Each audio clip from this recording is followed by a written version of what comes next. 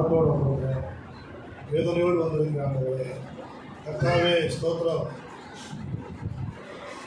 நீர் என்னோடு பேசணும்ப்பா.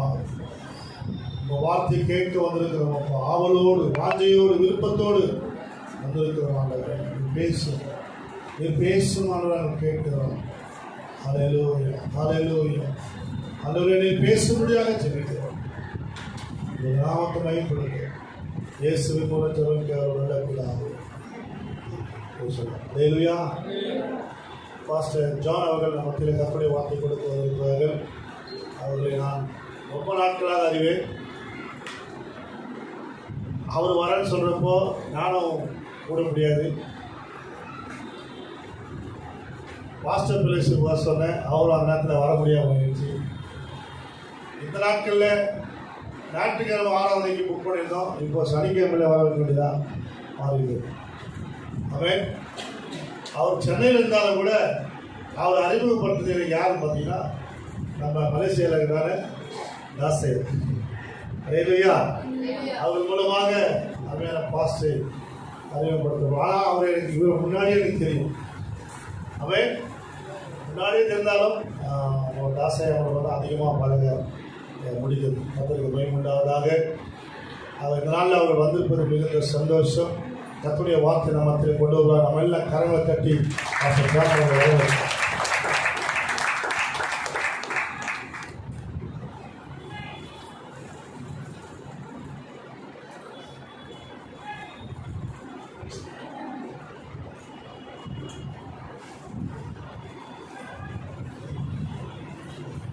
ஹல்லேலூயா, ஹல்லேலூயா.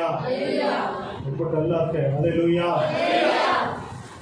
கர்த்தர் நல்லவர், அவர் கிருபை என்றும் உள்ளது.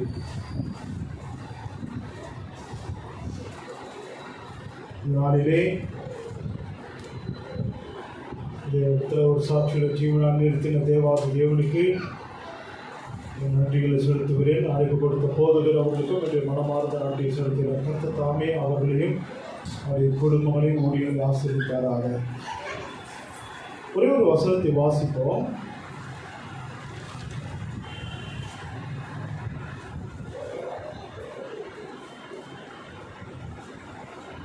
ஆதியாகமம் 26, Book of Genesis, chapter 26, verse 12 onwards. 12வது வசனம் முதல். ஈசாக்கு அந்த தேசத்தில் விதை விதைத்தான்.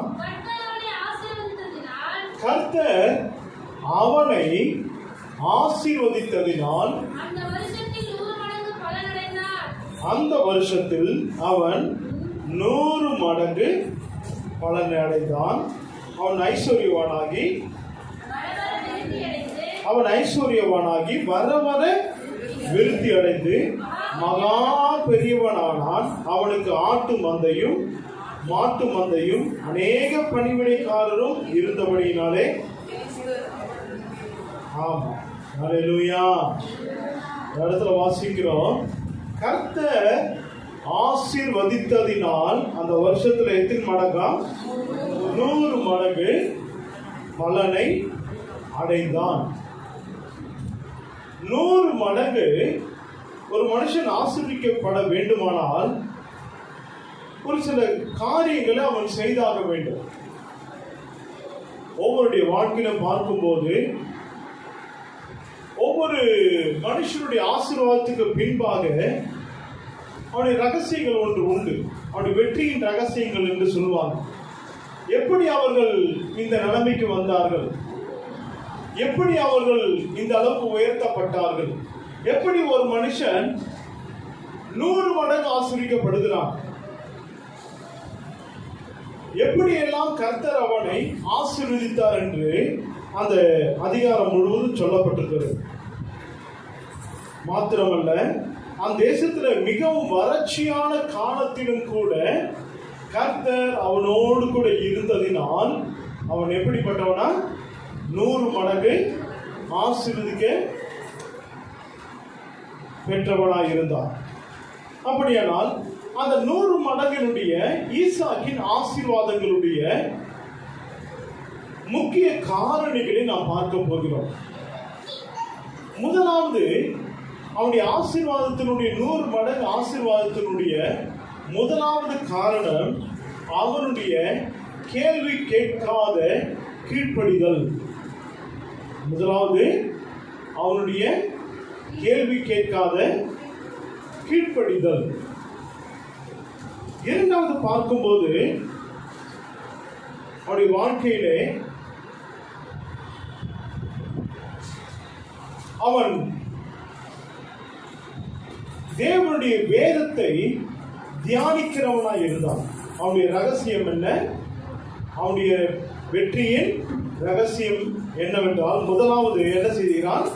அவன் 100 மடங்கு ஆசீர்வாதம் பெறுவதற்கு அவன் கீழ்ப்படுகிறான். இரண்டாவது, 100 மடங்கு ஆசீர்வாதம் பெறுவதற்கு அவன் கர்த்தருடைய வேதத்தை தியானிப்பதற்கு தன்னுடைய நேரத்தை செலவிடுகிறவனாய் இருக்கிறான்.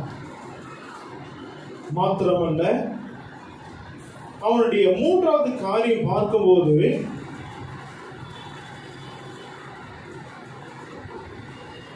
அவன்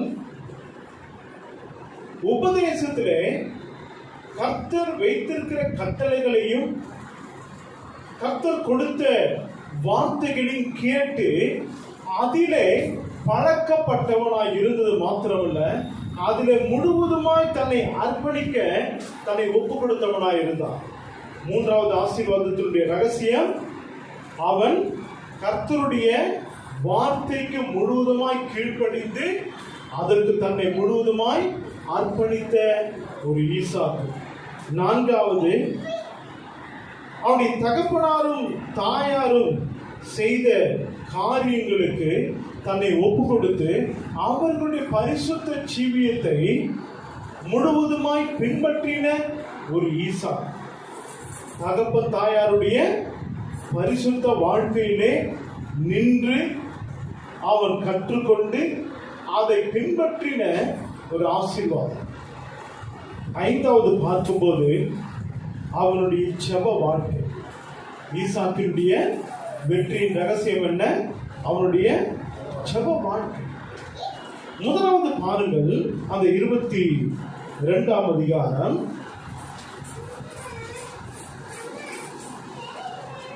ஆதியாகமம்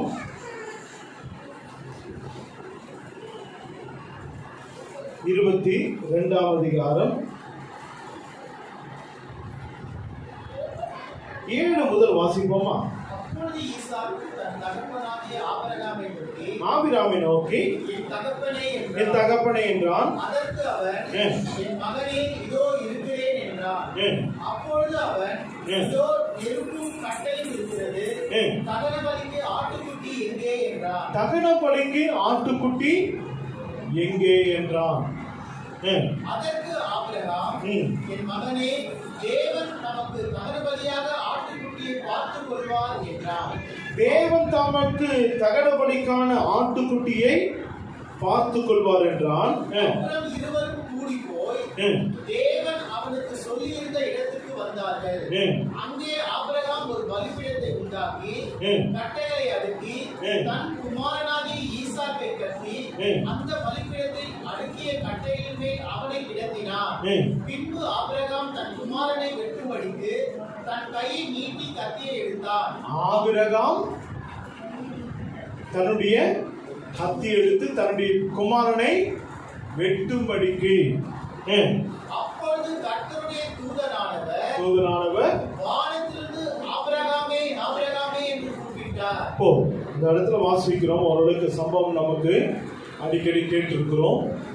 அந்த இடத்துல வாசிக்கும் போது பாருங்கள், ஈசாக்குக்கு அந்த நாளிலே பிள்ளையாண்டான். சிறு பிள்ளை அல்ல, குழந்தை அல்ல, அவன் ஒரு இளம் வாலிபன். தகப்பனோடு கூட கொஞ்சம் விளையாடுகிறவன். தகப்பனுடைய அன்புக்கு காரணமானவன். தகப்பனுடைய எல்லா சுதந்திரத்துக்கும் சுதந்திரவாளியானவன், ஆசீர்வதிக்கப்பட்டவன். ஆனால் அவன் பார்க்கும்போது பாருங்க, தகப்பன் சொல்லுகிறான், எல்லாவற்றையும் கொண்டு போகிறான். பிள்ளை கேட்கிறான், தகப்பனே தகன பலிக்கு என்ன இருக்கிறது? கட்டை இருக்கிறது. இரண்டாவது என்ன இருக்கிறது? என்ன இருக்குதா? நெருப்பும் கட்டை இருக்குது. ஆனா என்ன இல்ல? ஆட்டுக்குட்டி இல்ல. இத்தனைக்கும் தகப்பன் அவனுடைய சொந்த தகப்பன் சொந்த மகனுடைய கையையும் காலையும் கட்டி பலிபீடத்தில் வைக்கிறான். அது வரைக்குமாக தகப்பனே, இதற்காகவா என்னை பெற்றாய்? இதற்காகவா 100 வயதில் என்னை பெற்றாய் என்று கொஞ்சி கொஞ்சி என்னோடு கூட உறவாடி என்னை பாசத்தில் வளர்த்தது இதற்கு தானா என்று சொல்லி ஒரு வார்த்தையும் கூட சொல்லவில்லை இல்லையா?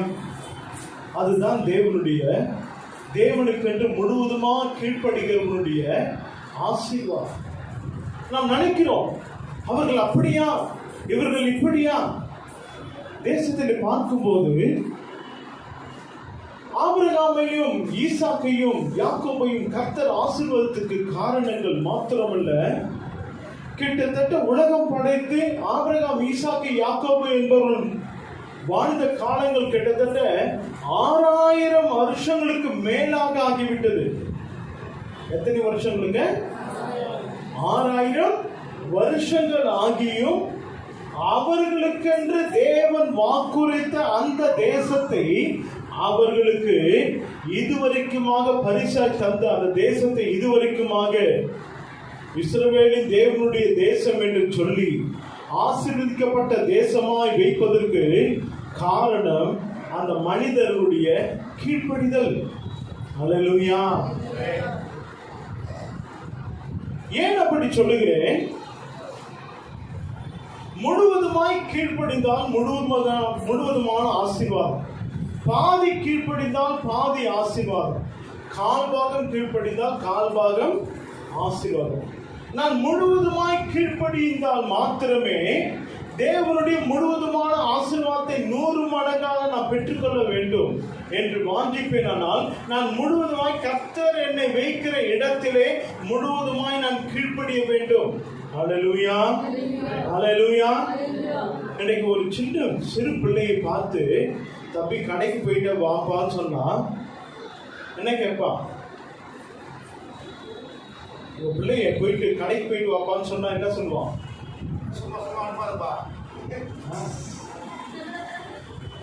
என்ன சொல்லுவான்? சும்மா சும்மா சொல்லுவேப்பா, சொல்ல மாட்டான். சும்மா சும்மா.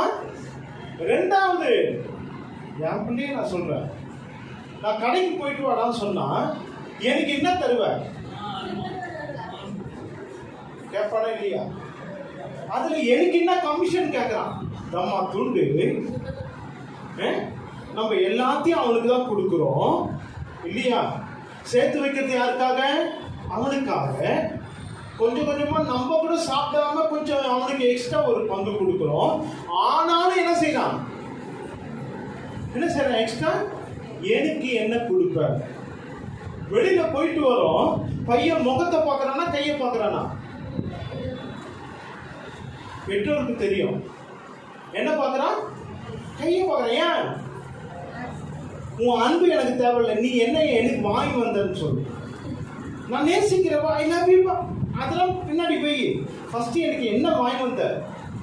அப்படி இல்லைன்னா எதுக்கு வீட்டுக்கு வந்த கேட்கறானா இல்லையா? இந்த காலத்து பசங்க அதுக்கு அட்வான்ஸா போக்குறாங்க. கேட்கறாங்களா இல்லையா? ஆனா இந்த ஈசாக்கை பாருங்கள், he never raising single question to Abraham. He never raise single question. ஒரு கேள்வி. ஏனையா 100 வயதில வாக்குதத்த பிள்ளை என்று சொல்லி கர்த்தரே என்னை உனக்கு கொடுத்தார் என்று சொல்லி அப்படி என்னை புகழ்ந்தீரே, இதற்காக தானா என் மேல கழுத்து மேல கையை வச்சு என் கழுத்து மேல கத்தி கொண்டு வந்துற அளவுக்கு உனக்கு தைரியம் இருக்குதுன்னா இதுக்குதான் என்ன பெற்றியா? இதற்காக தான் என்னை வளர்த்தியா? இத்தனை வருஷம் இதற்காக தான் என்னை போஷித்தியா? இதற்காக தான் என்னோடு கூட விளையாடின ஐயா? இதற்கெல்லாம் ஊரெல்லாம் என் மகன் வாக்குத்தத்தத்தின் பிள்ளை என்று சொல்லி ஊரெல்லாம் காண்பித்து கொடுத்தது இதற்கு தானா என்று சொல்லி ஒரு கேள்வி கேட்கவில்லை. அதுதான் ஈசாக்கின் ஆசீர்வாதம். அல்லேலூயா. நீ கேள்வி கேட்காமல் கீழ்ப்படிய வேண்டும் என்பது கர்த்தருடைய ஆசீர்வாதம். எடுத்த உடனே எல்லாவற்றையும் கொடுத்து விட மாட்டார். பாருங்கள், இன்றைக்கு உலக அரசியல் எதை நோக்கி போகிறது என்றால் இஸ்ரவேல் தேசத்தை நோக்கி தான் போகிறது. இன்றைக்கு உலகத்திலேயே அதிகமாய் யூரேனியம் என்று சொல்லக்கூடிய அணு ஆயுதத்துக்கு பயன்படுத்தக்கூடிய யூரேனியம் என்று சொல்லக்கூடிய பொருட்களை அதிகமாய் வைத்திருக்கிறது இஸ்ரவேல் தேசம் தான். இந்த உலகத்திலே நம்பர் 1 சயின்டிஸ்ட், தமிழ்ல என்ன சொல்லுவாங்க, விஞ்ஞானிகள், அதிகமான நம்பர் 1 விஞ்ஞானிகள் யார் என்றால் யார் தான்? இஸ்ரவேல் தேசம் தான்.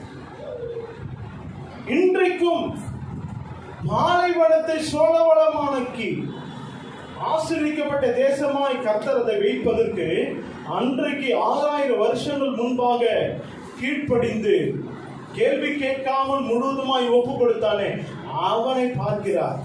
அந்த குட்டி பையன் 13 வயது பையனை பார்க்கிறார். அவன் எனக்கு கீழ்ப்படிந்தான், அவன் நிமித்தம் இந்த தேசத்தை ஆசீர்வதிப்பேன். அல்லேலூயா. ஈசாக்கே,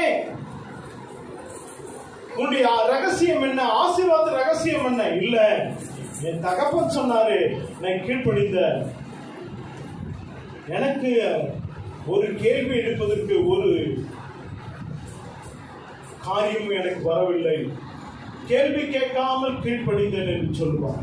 அந்த கேள்வி கேட்காமல் கீழ்ப்படிந்ததனுடைய ஆசீர்வாதம் தேசத்தையே அவனுக்கு கொடுத்தது மாத்திரமல்ல, பூமியில் உள்ள வம்சங்கள் எல்லாம் உனக்குள் ஆசீர்வதிக்கப்படும். இன்றைய வரைக்கும் நாம் ஜெபிப்பது என்ன? ஆபிரகாம், ஈசாக்கு, யாக்கோபின் தேவனுடைய நாமத்தினாலே உங்களை ஆசீர்வதிக்கிறோம். ஏன்? ஒரு மனுஷனுடைய கீழ்ப்படிதல். அருமையான சகோதர சகோதரியே, நான் ஆலயத்துக்கு வரலாம், நான் 100 மடங்கு ஆசீர்வாதமா இருக்கிறேனா? நான் ஆலயத்துக்கு வரலாம், அல்லேலூயா ஓசனா என்று சொல்லலாம். ஆனால் கர்த்தருடைய வார்த்தையின்படி நடக்கிற உத்தம மார்க்கத்தால் நான் பாக்கியவான்கள் சொல்லப்பட்டுள்ளது. நான் பாக்கியசாலியாய் பாக்கியவானாய் மாற வேண்டுமானால் தேவன் எதிர்க்கிற what God is expecting I must do for my master's will. தேவனுடைய காரியங்கள் எப்படி இருந்தாலும் அந்த எஜமானுக்கு நான் கீழ்ப்படியக்கூடிய கீழ்ப்படுதலை தேவன் எதிர்பார்க்கிறார். அல்லேலூயா, அல்லேலூயா. தேவன் எதிர்பார்க்கிற காரியங்கள், தேவன் எதிர்பார்க்கிற காரியங்கள். இரண்டாவது அந்த இடத்துல வாசிப்போம்.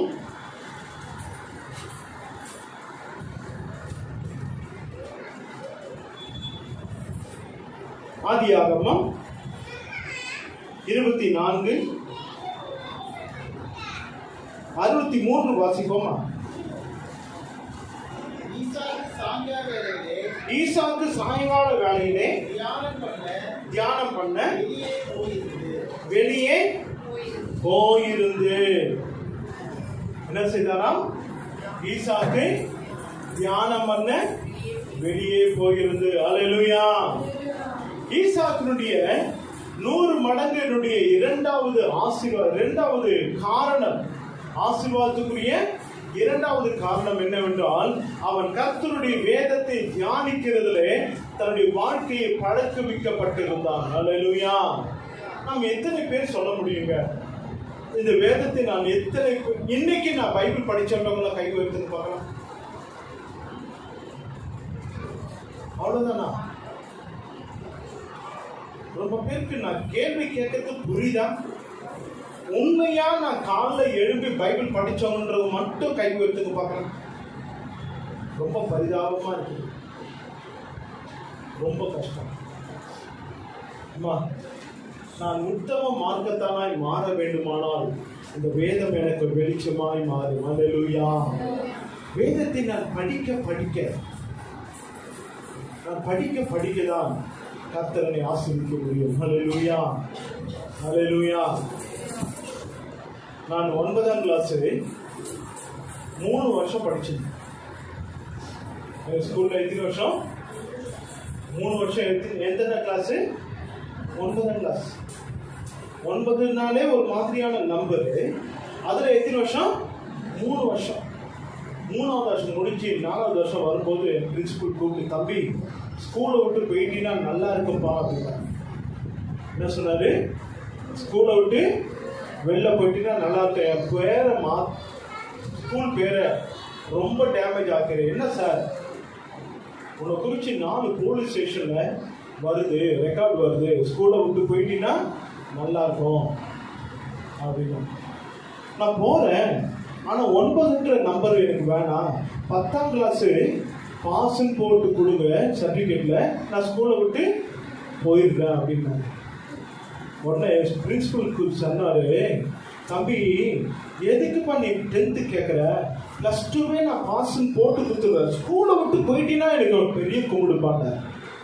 என்ன கேட்டாரு? ஸ்கூலை விட்டு போயிட்டீங்கன்னா போதும், நான் எவ்வளோ போட்டு தரேன்? +2வே போட்டு தரேன், நீ ஏன் 10th போடுற அப்படின்னு. அந்த மாதிரி வாங்குற 12th சர்டிஃபிகேட் தான். ஊழியத்துக்கு 92வது வருஷத்தில் வந்தோம். 92ல் ரட்சிக்கப்பட்ட, 92 கடைசியில் ஊழியத்தில் வந்த எத்தனையோ கஷ்டங்கள். ஏசிய தலைமை சபை கேட்டிருப்பீங்க, அப்போஸ்தலர் கிறிஸ்துவ சபை. பாஸ்டர் சாம் சுந்தரம் அவரோடு கூட 25 வருஷங்கள் பயணித்து அவரோடு கூட ஊழியம் செய்து ஏசியவருடைய எல்லா டிபார்ட்மெண்ட்லையும் என்னுடைய வேலைகள் இருந்தது. பல வேலைகள், பல காரியங்கள், பிரச்சனைகள் வந்தது, போராட்டங்கள் வந்தது, மிரட்டல்கள். ஏன்னா பெரிய சர்ச்சைன்றதுனால பெரிய பெரிய பிரச்சனைகள் வந்தது. ஆனாலும் கர்த்தர் என்னோடு கூட இருந்தார். ஹல்லேலூயா. அவர் மறைந்து விட்டார். ஆனாலும் இந்த 28, 29 வருஷங்களாக என்னுடைய படிப்பு அல்ல, கர்த்தரே எனக்கு நல்லவராக இருக்கிறார். ஹல்லேலூயா, ஹல்லேலூயா. நான் நினைச்ச கர்த்தர் எனக்கு சொன்னாரு, ஜான் நான் உன்னை வெளிநாடுக்கு அனுப்புவேன்னாரு. என்ன சொன்னாரு? நான் அடிக்கடி கண்ணாடியில் பார்த்து, இந்த முகத்துக்கு வெளிநாடு தேவையா, வெளிநாடு போக முடியுமா அப்படி சொல்லி எத்தனையோ முறை என்னுடைய ஃபேஸை பார்த்தே நானே கேவலப்பட்டேன். எத்தனையோ முறை 3-4 முறை ஸ்பான்சர் பண்ணாங்க. அப்போ 300 ரூபாய், இன்னைக்கு 1000 ரூபாய் நினைக்கிறேன் பாஸ்போர்ட்டுக்கு. அப்போ 300 ரூபாய் 90ஸ்ல. அந்த 300 ரூபாவை கூட இன்னொருத்தங்க, ஏன்னா கிட்டத்தட்ட 12 வருஷம் ஒரு வேளை சாப்பாடு தான். எத்தனை வருஷம்? ஒரு வேளை சாப்பாடு சாப்பிட்டு இவ்வளோ ஸ்ட்ரென்த்தாக இருக்குன்னா பாருங்க. 3 வேளை சாப்பிட்டு தான் எப்படி இருந்திருக்கும். கடினமான பாதைகள். ஆனால் கர்த்தர் எங்களோடு கூட இருந்தார். 2006வது வருஷம் கர்த்தரனை வெளிநாடு கொண்டு போனார். இன்றைக்கு கிட்டத்தட்ட 10 நாடுகளில் எங்களுடைய ஊழியத்தை ஸ்தாபிக்கும்படியாக கர்த்தர் கிருபை கொடுத்தார். ஹல்லேலூயா. குளோபல் மிஷன் அசோசியேஷன் என்று சொல்லக்கூடிய சபைகளின் நாட்டு பணி ஊழியர்களை உருவாக்கி சபைகள் இல்லாத இடங்களில் சபைகளை உருவாக்கக்கூடிய அளவுக்கு இந்த உலகளாவிய மிஷனரி ஊழியத்தை கர்த்தர் கிருபையாக கொடுத்தார். இன்றைக்கு வட இந்தியாவிலே 18 மிஷனரிகள் இருக்கிறார்கள். 4 வித மக்கள் கூட்டங்களை நாங்கள் சந்தித்துக் கொண்டிருக்கிறோம். சந்தாலி, கோண்டி, மால்டாஸ், நாகாஸ் என்று சொல்லக்கூடிய நாகாலாந்து மக்கள் கூட்டங்களையும் சந்தித்துக் கொண்டிருக்கிறோம். கிட்டத்தட்ட 18 மிஷனரிகள் முழு நேர பணியாளர்களாக இருக்கிறாங்க. 75 மிஷனரிகள் எங்களுடைய ஐக்கியத்திலே வட இந்தியாவில் ஊழியம் செய்து கொண்டிருக்காங்க. இன்னும் கூட இந்தோனேஷியாவிலேயும் ஊழியம் நடந்து கொண்டிருக்கிறது. ஜாவா என்ற ஒரு தீவிலே கர்த்தர் சாதாரணமான மனிதர்களை அசாதாரணமாக மாற்றுவதற்கு கர்த்தருக்கு தேவை கீழ்ப்படுகிறவரை கர்த்தர் பார்த்து கொண்டிருக்கிறார். ஹல்லேலூயா, ஹல்லேலூயா.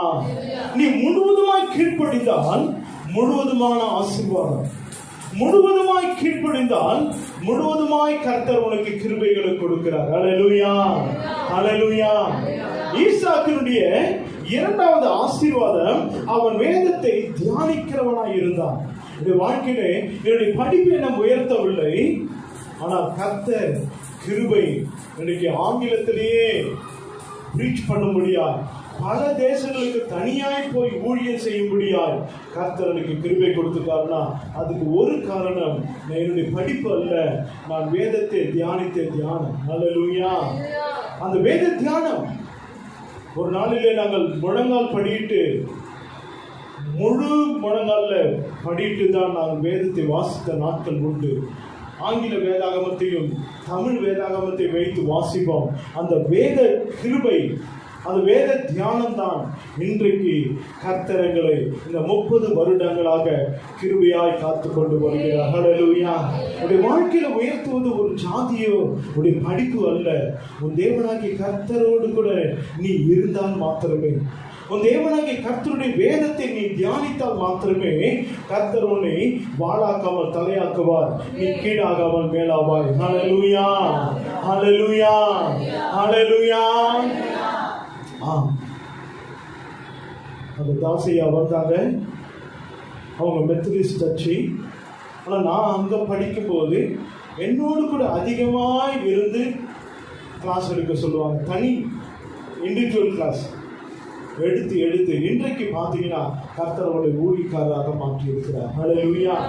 ஊழியத்துக்கும் அவருக்கு சம்பந்தமே இல்லை. அவர் ஜெயில் வார்டனாக இருந்தார். எங்க மலேசியால மோசமான ஆட்கள் போடுகிற ஒரு ஜெயில், சாதாரண மக்கள் இல்ல, மோசமான பாவங்களை பண்ணிவிட்டு வரக்கூடிய ஆட்களுக்கு ரீஹாபிலிட்டேஷன் சென்டர் என்று சொல்லக்கூடிய இடத்துல இவர்கள் ஊழியம் வேலை செய்து கொண்டிருக்காங்க. அதுக்கப்புறம் வெளியில வந்தார்கள். கர்த்தர் அவர்களை என் மூலமாக உருவாக்கி கொண்டிருக்கிறார். கர்த்தருடைய கிருபை நம்ம உயர்த்து கொண்டே இருக்கும். அல்லேலூயா. இப்படி பல சாட்சிகள் சொல்ல முடியும். அருமையான சகோதர சகோதரியே, உடைய வாழ்க்கையில தேவனுடைய வேதத்துக்கு முதல்ல கொடுத்துப்பார், தேவனுடைய வேதத்தை தியானித்துப்பார். கர்த்தருடைய வேதம் குறைபற்றதும் பேதையை ஞானியாக்குகிறதுமா இருக்கிறதும் சொல்லப்பட்டுள்ளது. மூன்றாவது காரியம், அவருடைய மூன்றாவது ரகசியம் வாசிப்போம். அதே அதிகாரம் 66, 67வது வசனத்தை வாசிப்போம். 24, 67, 66, 67.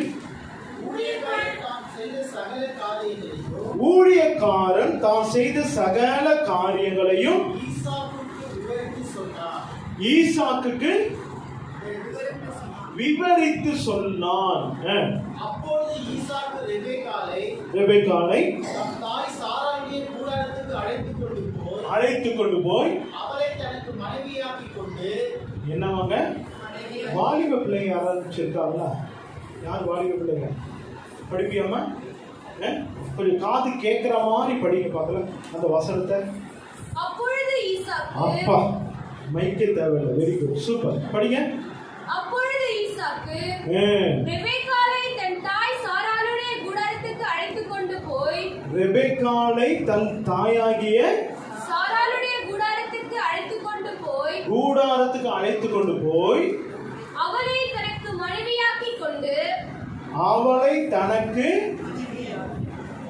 மனைவி ஆக்கிக் கொண்டு அவளை நேசித்தான். அப்படியா போட்டிருக்கு? அப்படியா? இன்னொரு பிள்ளை வேற யாராச்சும் வாசிக்க பார்க்கலாம். இந்த சைட்ல வாலிப பிள்ளை வாசிமா. என்ன பைபிள் அப்படியே பாக்குற மாதிரி இருக்கு. அப்பொழுது ஈசாக்கு, எதுக்கு மாட்டினோன்றாங்க பிள்ளை. வாசிமா. அப்பொழுது ஈசாக்கு ரெபெக்காளை தன் தாய் வாசி, தைரியமா வாசி.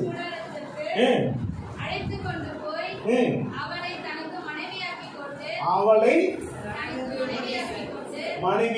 கொண்டு அவளை நேசித்தான். உண்மையாவா? புரியலமா? உங்க பைபிள் தானே, நான் கொடுக்கல.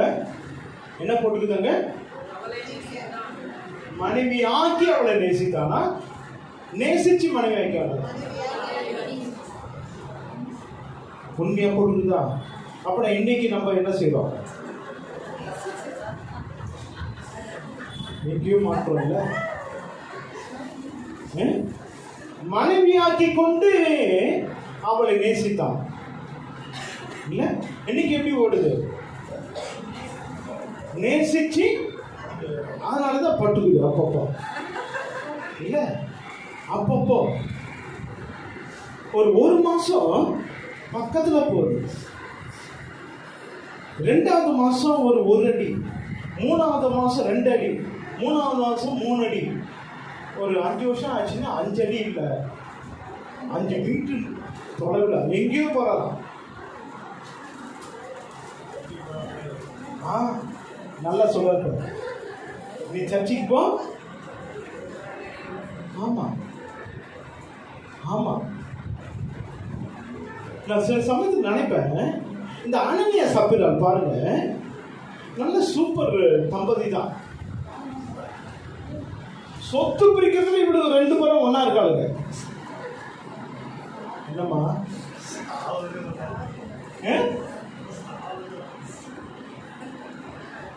சொத்துல பணம்னா ஒன்னும், 2 பேரும் மனசுல ஒண்ணு.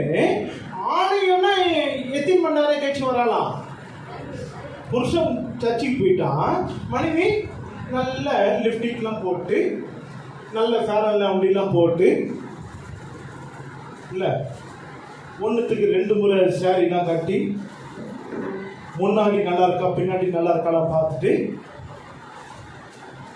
சிங்காரிச்சுட்டு எத்தனை மணி நேரம் கழிச்சு போடலாம்? என்ன ரொம்ப கஷ்டம், 3 மணி நேரம் கழிச்சு போடலாம். அடக்க ஆராதனை தெரியாது, புருஷன் உயிரோடு இருக்கிறனா செத்தானான்னு தெரியாது. கொஞ்சம் வீட்டில் போய் அதை வார்த்தை வாசல்ல பயம் உண்டாக்குமா, பயம் உண்டாக்கும். நான் அந்த வார்த்தையை படிக்கும் போதெல்லாம், கர்த்தாவே இந்த பாவம் எனக்கு வேண்டாம். பணக்காரியத்துல 2 பேரும் ஒரே காரியம், ஒரே மனசு. ஆனா ஆலய காரியத்துல பொண்டாட்டி எங்கேயோ போயிட்டா, பின்னாடி புருஷன் முன்னாடி இருக்கா. நீ எங்க இருக்கிற? கணவனும் மனைவி எப்படி இருக்கு? நம்முடைய உறவு எப்படிப்பட்டது? நம்முடைய ஐக்கியம் எப்படிப்பட்டது? இங்கே பாருங்கள், அந்த வார்த்தையை நான் படிக்கும்போது பாருங்க, பழைய ஏற்பாட்டுல தகப்பன்மார் வாழ்ந்த காலத்திலேயே ஈசாக்கு என்ன செய்தாரா? அந்த வசனம் வாசிங்க மறுபடியும். அப்பொழுது ஈசாக்கு ரெபெக்காளை தன் தாய் சாராளுடைய கூடாரத்தில் எங்க கொண்டு வந்தா? ஃபர்ஸ்ட் தாய் சாராளுடைய. ஆஹா, அம்மா உயிரோடு இருக்காளா? 23ஆம் அதிகாரத்துல போயாச்சு, சாராள் இறந்தாச்சு. ஆனா இது எத்தனாவது அதிகாரம்? 24ஆம் அதிகாரம். 23லயே இறந்துட்டா. ஆனா 24ஆம் அதிகாரத்துல அவர் பேர் சொல்லும்படியாய் பைபிள் சொல்லுது. என்ன செஞ்சாரா? சாராளை தாயினுடைய கூடாரத்துக்கு கொண்டு வருகிறார். ஏன்? புறஜாதியை அறியாத காரியத்திலிருந்து வருகிறார். அவளுக்கு பரிசுத்தம்னா என்னன்னு தெரியாது, அவளுக்கு தேவனுடைய உபதேசம் என்றால் என்னன்னு தெரியாது, அவளுக்கு கர்த்தருடைய வசனம் என்றால் என்ன தெரியாது, உடன்படிக்கை என்ன என்றால் என்ன தெரியாது. புதிய விசுவாசி. இன்றைக்கு என்ன செய்கிறோம்? அப்படியே லவ் பண்ணி வெளியில என்ன செய்யறோம்? குடும்படி தனி கொடுத்துறோம். அப்பா கூட எல்லாம் எனக்கு ஒத்து வராது, இது ஒத்து வராது. ஒதுக்கப்படும்போது பக்கத்துல தான் ஒட்டி படுக்க போற. அப்ப என்ன செய்வ? செய்யுமா? அங்க புதைக்கிறது கூட இடம் இல்லை. இன்னைக்கு எந்த கட்டட தோட்டலையும் இடம் இருக்குது ஐயா, காலி. அம்மா கொஞ்ச நாள் வாழ போறோமே, கற்றுக்கொள்ளக்கூடிய உபதேசம் எங்க இருக்குது? தாய் வீட்டில் இருக்குது. நான் கற்றுக்கொள்ளக்கூடிய இடத்துல நான் வரணும். ஆலய கூடுகையை சிலர் விட்டு விடுகிறது போல நாமும் விட்டு விடாதிருப்போமாக.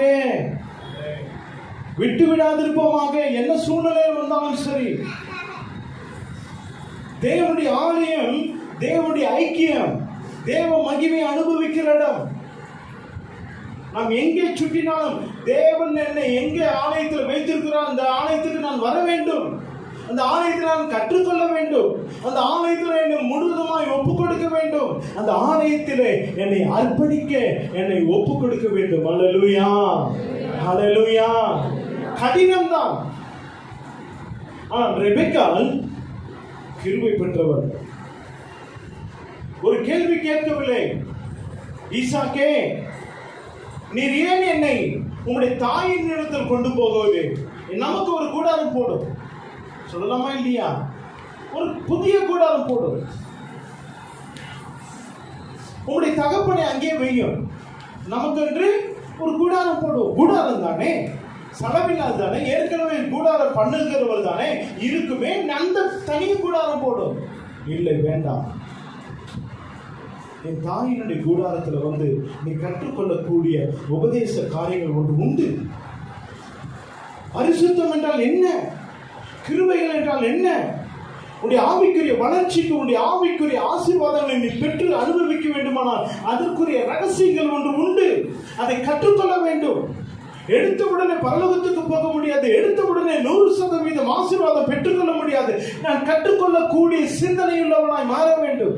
என் வேதத்தை நான் தியானிக்க வேண்டும். நான் வேதத்தை படிக்க வேண்டும். கர்த்தருடைய வேதம் குறைவற்றதும் பேதையை ஞானியாக்குகிறதுமா இருக்கு. கர்த்தருடைய வேதம் என் மனமகிழ்ச்சி. ஒரு ராஜாவுக்கு மனமகிழ்ச்சி உண்டு ஆக்குமானால் உனக்கும் எனக்கும் எப்படி இருக்கிறது? அதை படிக்க படிக்க படிக்கதான் அது தேனிட்டு பணிகரமாயிருக்கும். வேதத்தை ஆராய்ந்து பாருங்கள், அவைகளால் உங்களுக்கு நித்திய ஜீவன் உண்டாயிருக்கும் என்று சொல்லப்பட்டுள்ளது. நித்திய ஜீவன் எங்க இருக்கிறது? வேதத்தை கற்றுக்கொண்டால் மாத்திரமே. நான் எடுத்தவுடனே பரலோகத்துக்கு போக முடியாது. வேதத்தை தியானிக்க வேண்டும். பரலோகம் எப்படி இருக்கும், அதனுடைய மேன்மை என்ன, அதனுடைய ரகசியம் என்ன, நான் கற்றுக்கொள்ளக்கூடிய சிந்தனையாளராய் மாற வேண்டும். அல்லேலூயா. மாத்திரமல்ல, 4வது காரியம், அவன் என்ன செய்கிறான்? நேசித்து நேசித்து கல்யாணம் பண்றார் இல்லையா? அப்படிதானே? எல்லாத்துக்கும் தலையாட்டுறீங்க. மறுபடியும் பாடிங்க அதை. அப்பொழுது ஈசாக்கு ரெபெக்காளை தன் தாய் சாராளுடைய கூடாரத்துக்கு அழைத்து கொண்டு வந்து அவளை தனக்கு மனைவியாக்கி கொண்டு. அதுதான் ரொம்ப நல்ல புரிஞ்சு படிக்கணும். வாலிப பிள்ளைங்க அதிகமா இருக்கிறீங்க. பைபிள் என்ன சொல்லுதான்? நேசிச்சு கல்யாணம் பண்ணலன்னு சொல்ல, கல்யாணம் பண்ணிட்டு நேசி. ஃபேஸ்புக்கில் ஒரு மேரேஜ் வெட்டிங் பார்த்தேன். பொண்ணு அவ்வளோ பியூட்டிஃபுல்லாக இருக்கும், பையனும் நல்லா பியூட்டிஃபுல்லாக இருக்கான். கல்யாணம் முடிஞ்சிச்சு, திருவிருந்து கொடுக்குறாங்க. அழகாக இருக்கா பார்க்கறதுக்கு, நல்ல பியூட்டியாக, நல்ல என்ன சொல்றது, மைதாமாவெல்லாம் போட்டுருக்கப்படுது. அவ்வளோ வெள்ளை வெள்ளையேன்னு இருக்கிறா. மைதாமாவே தேவையில்லை அவளுக்கு.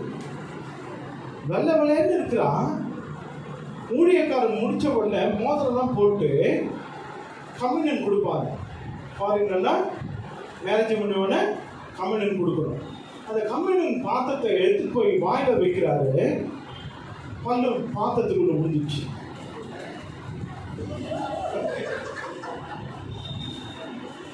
மணப்பெண்ணுடைய பல்லு. ரொம்ப யோசிச்சு சிரிக்கிறீங்க. மணப்பெண்ணுடைய பல்லு எங்க விழுந்துச்சு? திருவிருந்து பாத்திரத்தில் விழுந்துச்சு. எல்லாரும் அவனு பார்க்கிறான். இந்த பொண்ணுக்கு நான் எப்படி வாழ்க்கை கொடுக்கறதுன்னு அவன் துக்கத்தோட பார்க்கறான். மாப்பிள்ள வெளிரங்கமான அழகை பார்க்கறியா? உள்ளான அழகை பார்க்கறியா? ஹல்லேலூயா, ஹல்லேலூயா. அன்பு நிறைந்த என் இயேசுவே, உம் பாத சேவை என் ஆசையே. அன்பு நிறைந்த என் இயேசுவே, உம் பாத சேவை என் ஆசையே. உன்னதத்தில் விட்டிறங்கி மண்ணில் வந்த என் நாதனே, உன்னதத்தை விட்டிறங்கி மண்ணில் வந்த என் நாதனே.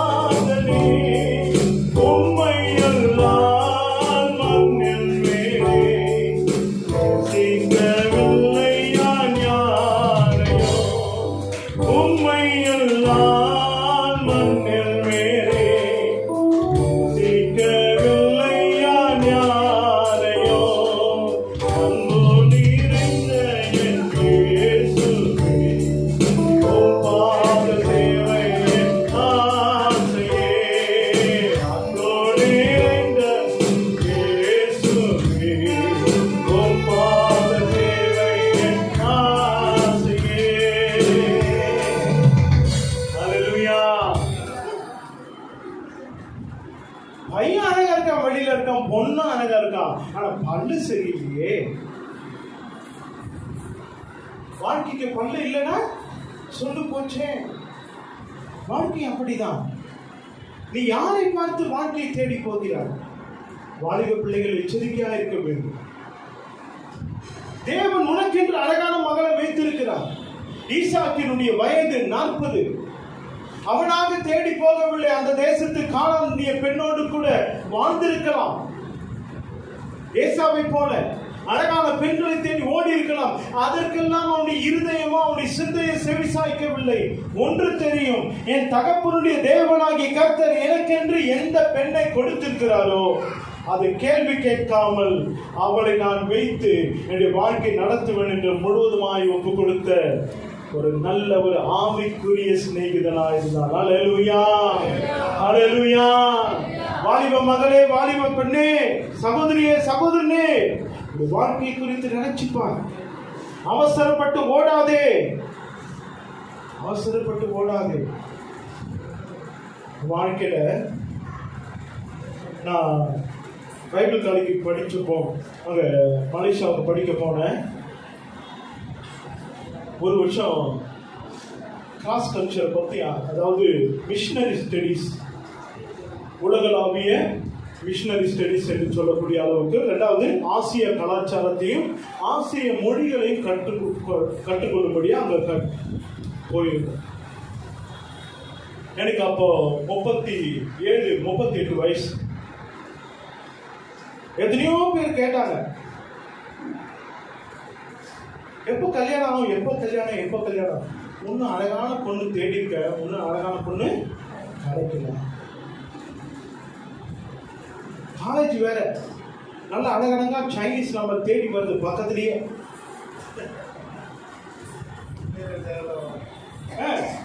இல்ல அங்க பொண்ணும் பையனும் ஒரே மாதிரி இருப்பான். முன்னாடி பார்த்தா தான் தெரியும் பொண்ணா பையனாடு, பின்னாடி பார்த்தா தெரியாது. அந்த ட்ரெஸ்ஸா இது வரைக்கும் தான் இருக்கும். நம்ம சொன்னா என்ன சொல்லுவோம், இப்படி போட்டா ஷார்ட்ஸ், எது சிஸ்டர் ஷார்ட்ஸ் சொல்லுவீங்க, இது போட்டா தானே ஷார்ட்ஸு. ஷார்ட்ஸ்னா இது வரைக்கும் வரணுமா இல்லையா? இது போட்டா புரிஞ்சவங்களுக்கு தெரியும். உள்ளாடை, தமிழ்ல உள்ளாடை, இன்னர் பேர்னு சொல்லுவாங்க. இதுதான் இது வரைக்கும் போட்டா தானே. ஆனா அந்த மலேசியா, சிங்கப்பூர்ல பாத்தீங்கன்னா இது வரைக்கும் தான் போட்டு சுற்றுவாங்க, பக்கத்துலயே உட்காருவாங்க. நமக்கா டிஸ்டர்பன்ஸா இருக்கும். நமக்கு நம்ம பிள்ளைங்க ஷால் போட்டு வரனா கூட நம்ம என்ன செய்வோம், பரிசுத்த போயிடுச்சுதான் சொல்லுவோம். பரவாயில்ல, இங்க எல்லாரும் ஷால் போட்டு வந்திருக்கீங்க, கர்த்தருக்கு ஸ்தோத்திரம். அங்க ஷாலே போட மாட்டாங்க, ஃபுல்லா டிஷர்ட், அதுவும் ஃபுல்லா போட்டு வராங்கன்னா. சர்ச்சுக்கு வந்தாலும் அப்படிதான் இருக்காளுங்க. பார்க்குக்கு போனாலும் என்னதான் டக்கு டக்கு டக்கு டக்கு நடக்குவாங்க. வரும் பாரு கோபம், ஏன்டா கர்த்தாவே, எதுக்காண்டவர், இதுக்கா நான் 15 வருஷம் வேஸ்ட் பண்ணேன், இதுக்கா நான் இப்படிப்பட்ட பெண்களையே நான் பார்க்கணும் அப்படி சொல்லி கர்த்தர்கிட்ட கேட்ட. கர்த்தர் சொன்னாரு, இவங்களை நீ நேசிக்கணும் அப்படின்னா. ஹல்லேலூயா. கர்த்தர் பார்க்கிற விதம் வேற, நம்ம பார்க்கிற விதம் வேற. ஹல்லேலூயா. 38 வருஷம் குளத்துல இறங்க வேண்டிய சூழ்நிலை. எனக்கு ஏகப்பட்ட லவ் லெட்டர்லாம் வந்துச்சு. அழகழகா என் ஒய்ஃப் இன்னைக்கு கூட சொல்லுவாங்க, ஏன்பா என்ன காட்டி மைதா மாவு கலர்ல ஒன்றுலாம் நேசிச்சிருக்காங்க, கை மேலாம் கையை பிடிச்சிலாம் நல்லா விளையாடி இருக்கீங்க, அதையே உன்னை கல்யாணம் பண்ணிருக்கலாமே, போய் என்கிட்ட வந்து ஏன்பா மாட்டின அப்படின்னா. அவனுக்கு ஏன் கலர், அதே ஏன் உருவம், 2 பேரும் ஒன்னா பைக்ல போக முடியாது. கர்த்தர் நமக்கு கொடுத்த ஒரு சிலுவாதான், அதோடு கூட பயணிக்கும்படியா 12 வருஷம் அருமையான பையனை கொடுத்து ஆசீர்வதிச்சிட்டார். ஹல்லேலூயா. கர்த்தர் எனக்கு என்னுடைய கலர்ல நான் ஆப்போசிட்டா கேட்டேன். கொஞ்சம் அந்த மாதிரி சகோதரி மாதிரி ஒரு நல்ல கொஞ்சம் வெள்ள வெள்ளைன்னு கிடைச்சா நல்லா இருக்குமே, நம்ம கொஞ்சம் டிஎம்கே கலர்னாச்சும் மாறுவோமே அப்படின்னு நினைச்சேன். கர்த்தர் நமக்கு என்ன கலர் தான் கொடுத்துருக்காரு, நம்ம கலர்லயே அதை வச்சு கர்த்தர் எனக்கு கொடுத்தது, அவ்வளவுதான். அதை வைத்து நான் திருப்தியா இருக்க கற்றுக்கொள்ள வேண்டும். அல்லேலூயா. தேவன் உனக்கு கொடுத்த கணவனோடு கூட நீ திருப்தியா இருக்கிறியா? அவனை குறித்து வெளியில தவறாய் சொல்கிறாயா? திருப்தி இருக்க வேண்டும். கணவனோடு கூட, கொடுத்த மனைவியோடு கூட திருப்தியாய் இருக்க கற்றுக்கொள்ள வேண்டும். ஈசாக்குடைய வாழ்க்கையில பார்க்கும்போது இவளையா நான் நேசித்தேன் என்று சொல்லாதபடி கல்யாணம் பண்ணி நேசிக்க தொடங்குகிறார். அல்லேலூயா. ஆகையினால் தான் கடைசி வரைக்கும் கணவனும் மனைவியுமாக ஓட்டத்தை முடிக்க கர்த்தர் அவளுக்கு கிருபையை கொடுத்துக்கிறார். அல்லேலூயா. இன்னைக்கு பல லட்சக்கணக்கான கோடிக்கணக்கான மனிதர்கள் அவருடைய வாழ்க்கையினுடைய ரகசியத்தை அறிந்து கொள்ளும்படியாக, அவருடைய ஆசீர்வாதத்தின் வாழ்க்கையின் ரகசியத்தை அறிந்து கொள்வதற்கு காரணம் மற்றவர்களுக்கு மாதிரியாய் வாழ்வதற்கு தன்னுடைய வாழ்க்கையை அர்ப்பணித்தார்கள். தேவன் என்ன வைத்திருக்கிறாரோ அதில் நான் செலவழிக்க வேண்டும். தேவன் எனக்கென்று எந்த பட்ஜெட்டை கொடுக்க அதில் நான் செலவழிப்பேன். தேவன் எப்படிப்பட்ட பிள்ளைகளை கொடுத்துட்டாரோ அதில் நான் திருப்தியா இருக்க வேண்டும். God is expecting. தேவன் எதிர்பார்க்கிறது என்ன? திருப்தி, satisfaction in your life, in your personal life, in your family, everything. God is expecting satisfactionful life. தேவன் எதிர்பார்க்கிறது என்ன? ஏதோ வந்த போனது அல்ல. எதற்கு கணவனை கொடுக்கிறார்? எதற்கு மனைவியை கொடுக்கிறார்? இருவரும் ஒன்றாக இருந்தால் உலகத்தை ஜெயிக்கலாம். இருவரும் ஒன்றாய் இருந்தால் பிசாசை ஜெயிக்கலாம். இருவரும் ஒன்றாய் சேர்ந்து ஜெபித்தால் உனக்கு விரோதமாய் காரியங்களை அழிக்கப்பட்டு தேவன் உனக்கென்று வைத்திருக்கிற ஆசீர்வாதத்தையும் தேவன் உனக்கென்று வைத்திருக்கிற திட்டங்களையும் தேவன் உனக்கென்று கொடுக்கும்படியா இருவருமாய் சேர்ந்து பெற்றுக் கொள்வதற்கு கர்த்தர் அதை ஆசீர்வதிக்கிறார். அல்லேலூயா. கைகளை தட்டி உற்சாகமாய் தேவனுக்கு நன்றி சொல்லுவோம். அல்லேலூயா. ஹல்லேலூயா. நான் தேவன் எனக்கு வைத்திருக்க எப்படிப்பட்ட ஆசீர்வாதமா அது எனக்கு போதும். நானாக தேடி அலைவேனால் அது சாபம். நானாக அலையக்கூடாது, அது சாபம். தேவன் உனக்கென்று வைத்திருக்கிற காரியம் என்ன? அதை கர்த்தரிடத்தில் கேள். அதுதான் தேவன் உனக்கென்று வைத்திருக்கிற ஆசீர்வாதம். உன்னுடைய இஷ்டப்படி சாயாது, உன் சுய புத்தியின் மேல் சாயாமல் உன் முழு பலத்தோடும் கர்த்தரிடத்தில் அன்பு கூறு. அவரே காரியத்தை உன் காரியம் வாய்க்க வேண்டுமானால், உன் காரியங்கள் அனுகூலமாய் மாற வேண்டுமானால் நீ தேவனை அன்பு கூர்ந்துப்பா. தேவனை உண்மையை தேடிப்பா. உம்மை உறுதியாய் பற்றி கொண்ட மனதை விடவன் உண்மையே நம்பி இருக்கிறபடியால் நீர் அவனை பூரண சமாதானத்துடன் காத்துக்கொள் என்று சொல்லப்படுது. அல்லேலூயா. அல்லேலூயா. கடைசியாக ஒன்றை கவனித்து முடிப்போம்.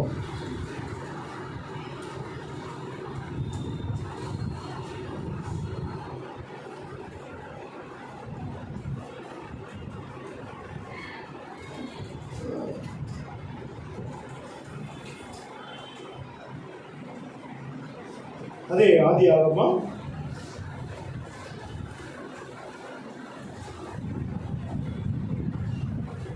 25:20 முதல் வாசிப்போமா? சீக்கிரமா 25:20 முதல். ஈசாக்கு ரெபெக்காளை விவாகம் பண்ணுகிற போது 40 வயதாயிருந்தான். எத்தனை வயசுல? 40 வயதாயிருந்தான். இவன் பாதான் ஆராம் என்னும் சீரியா தேசத்தானாகிய பதான் அராமல் என்னும் சீரிய தேசத்தானாகிய பெத்துவேலுக்கு குமாரத்தையும் சீரிய தேசத்தானாகிய லாபானுக்கு சகோதரியுமானவள் மறடியாயிருந்த தன் மனைவிக்காக ஈசாக்கு கர்த்தரை நோக்கி வேண்டுதல் செய்தான். மனைவியாகிய இருந்த தன் மனைவிக்காக ஈசாக்கு கர்த்தரை நோக்கி வேண்டுதல் செய்தான். கர்த்தர் அவன் வேண்டுதலை கேட்டருளினார். அவன் மனைவி ரெபெக்காள் கர்ப்பம் தரித்தாள். அடுத்த வாசிங்க. கர்ப்பத்திலே பிள்ளைகள் ஒன்றோடொன்று மோதி கொண்டிருந்தன. மோடி இல்லைங்க, மோதி கொண்டிருந்தது. ரொம்ப ரொம்ப இம்பார்ட்டன்ட் இந்த காலத்துல. சொல்லுங்க, வாசிங்க. அப்பொழுது அவள் இப்படியானால் எனக்கு எப்படியோ என்று சொல்லி கர்த்தரிடத்தில் விசாரிக்கும்படி போனால் கர்த்தர் அவன் இரண்டு ஜாதிகள் உன் கர்ப்பத்தில் உண்டாயிருக்கிறது, இரண்டு வித ஜனங்கள் உன் வயிற்றிலிருந்து பிரியும், அவர்களில் ஒரு ஜனத்தார் மற்ற ஜனத்தாரை பார்க்கிலும் பலத்திருப்பார்கள், மூத்தவன் இளையவனை நேசிப்பான் என்றார், சேவிப்பான் என்றார். அல்லேலூயா. இந்த இடத்துல வாசிக்கிறோம், ஒரு ஆவிக்குரிய ஒற்றுமை மாத்திரமல்ல, ஒரு ஜெப ஜீவியத்தினுடைய ஃபவுண்டேஷன். கிறிஸ்தவ வாழ்க்கையினுடைய முக்கிய குறிக்கோள் மாத்திரமல்ல, ஒரு கிறிஸ்தவ வாழ்க்கையினுடைய அடித்தளம் என்ன? ஜெபம். Prayer brings victory.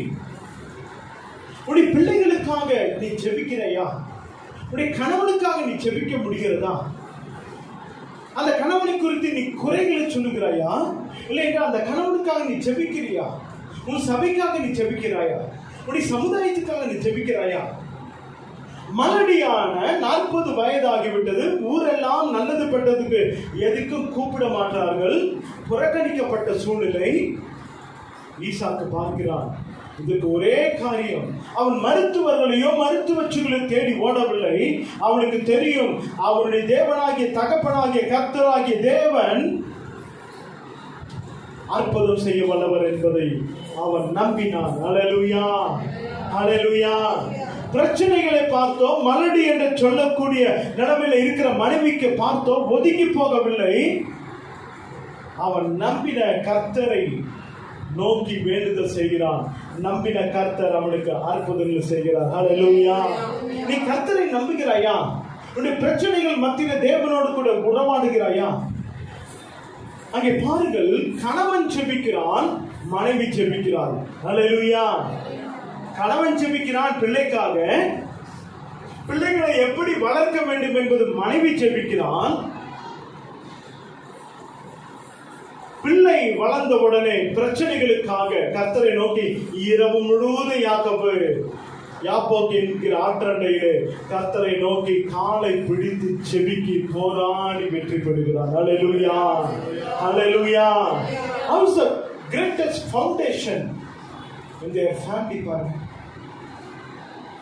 தேவனுடைய பிள்ளைகளுடைய வாழ்க்கை ஜெபத்தில் தொடங்க வேண்டும். வாழ்க்கை ஜெபத்தில் தொடங்க வேண்டும். ஒவ்வொரு நாளும் கர்த்தரை நோக்கி ஜெபிக்கிறவர்களா இருக்க வேண்டும் என்பது தேவனுடைய விருப்பமா இருக்கிறது. என்னை நோக்கி கூப்பிடு, அப்பொழுது நான் உனக்கு மறுத்தல் கொடுத்து நீ அறியாததும் கெட்டாதமான பெரிய காரியத்தை நான் செய்வேன் என்று சொல்லியிருக்காரு. தேசம் இப்படிப்பட்ட சூழ்நிலையில் போகிறது, பரிதாபமான சூழ்நிலை போகிறது. எரிப்பதற்கு ஜனங்களுக்கு சூழ்நிலை இல்லை. ஆட்டோவிலே பிணங்களை கொண்டு போகிறார்கள், சைக்கிள்களை பிணங்களை கொண்டு போகிறார்களே. இப்படிப்பட்ட பாடான சூழ்நிலைகளில் நான் எவ்வளவு ஜெபிக்கிறேன்? என் தேசத்துக்காக எவ்வளவு நேரம் ஜெபிக்கிறேன்? என் மக்களுக்காக எவ்வளவு நேரம் ஜெபிக்கிறேன்? அழிந்து போய்கொண்டிருக்கிற கோடிக்கணக்கான மக்களுக்காக எவ்வளவு நேரம் ஜெபிக்கிறேன்? எதற்கெடுத்தாலும் சூரியம், எதற்கெடுத்தாலும் மந்திரங்கள் என்று ஓடிக்கொண்டிருக்க மாயான மக்களுக்காக நான் எவ்வளவு நேரம் ஜெபிக்கிறேன்? வலது கைக்கும் இடது கைக்கு வித்தியாசம் அறியாத கோடிக்கணக்கான 134 கோடி மக்களுக்காக நான் ஜெபிக்க வேண்டியது என்னுடைய கடமை. என் சபைக்காக ஜெபிக்க வேண்டியது என்னுடைய கடமை. என்னுடைய சகோதரர்களுக்காக, என்னுடைய உறவினர்களுக்காக, அவருடைய ரட்சிப்பின் அனுபவங்களுக்காக, அவருடைய சமாதானத்துக்காக ஜெபிக்க வேண்டியது உன்னுடைய கடமை. அந்த கடமையிலிருந்து தவறும் போது கர்த்தர் உனக்கென்று வைத்திருக்கிற திட்டங்களை செய்ய முடியாது. தகப்பன் ஜெபிக்கிறான், மனைவி ஜெபிக்கிறாள், பிள்ளை ஜெபிக்கிறான். அல்லேலூயா. உன்னுடைய பிள்ளைகள் ஜெபிக்க வேண்டுமானால் நீ அவளுக்கு ஜெபத்தில் கற்றுக்கொடு, எப்படி ஜெபிக்க வேண்டும். செல்போன் வாங்கி கொடுக்காதே. நீ செல்போன் வாங்கி கொடுப்பாயினால் அது சாபம். வேண்டாம். ஜெபத்தை எப்படி ஜெபிப்பதற்கு கற்றுக்கொடு. பிள்ளையானவன் கடைசி வரைக்கும் அதில் வளருவான். ஐயா, வளருவான். ஒரு நாளிலே நான் வீட்லேயே தண்ணி அடித்தேன், வீட்லேயே ஸ்மோக் பண்ணுவேன். 12 வயசில் ஸ்மோக் பண்ண ஆரம்பித்தேன், 13 வயசில் தண்ணி அடிக்க ஆரம்பித்தேன்.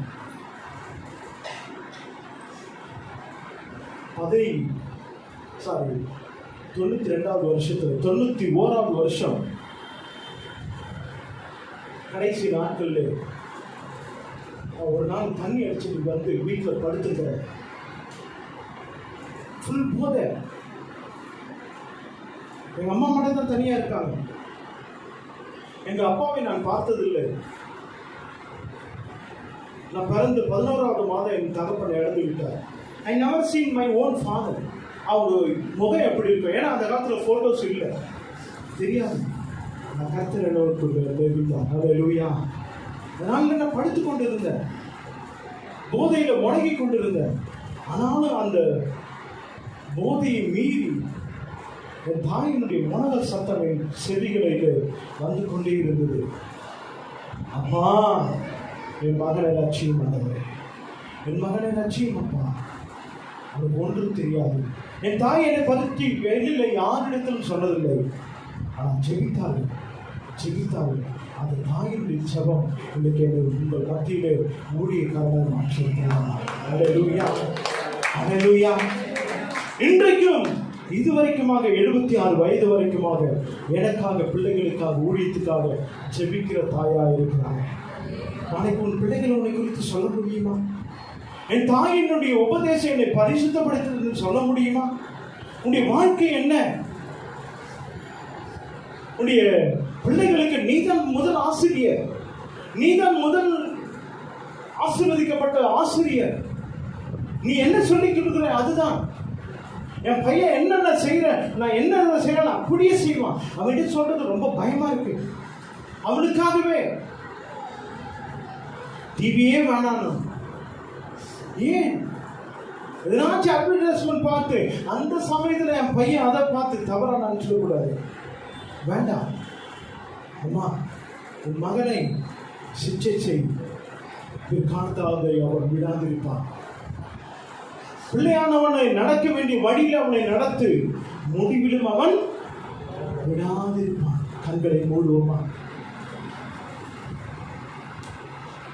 எழுப்பி நிற்போமா?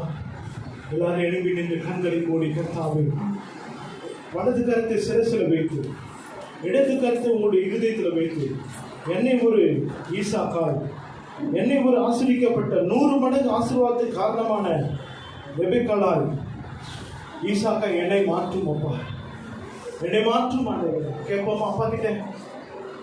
தலையில ஒரு கரத்தை வைத்து, இருதயத்தில் ஒரு கரத்தை வைத்து அப்பா நோக்கி கண்களை மூடி, பயபக்திக்குரிய தேவன், இஸ்ரவேலின் பயபக்திக்குரிய தேவன் எதிரில் நீ நின்று கொண்டிருக்கிறாய். ஒரு மனுஷனுக்கு முன்பாக அல்ல, ஒரு சாதாரண பில்டிங் அல்ல, நீ கர்த்தருக்கு முன்பாக நிற்கிறாய்.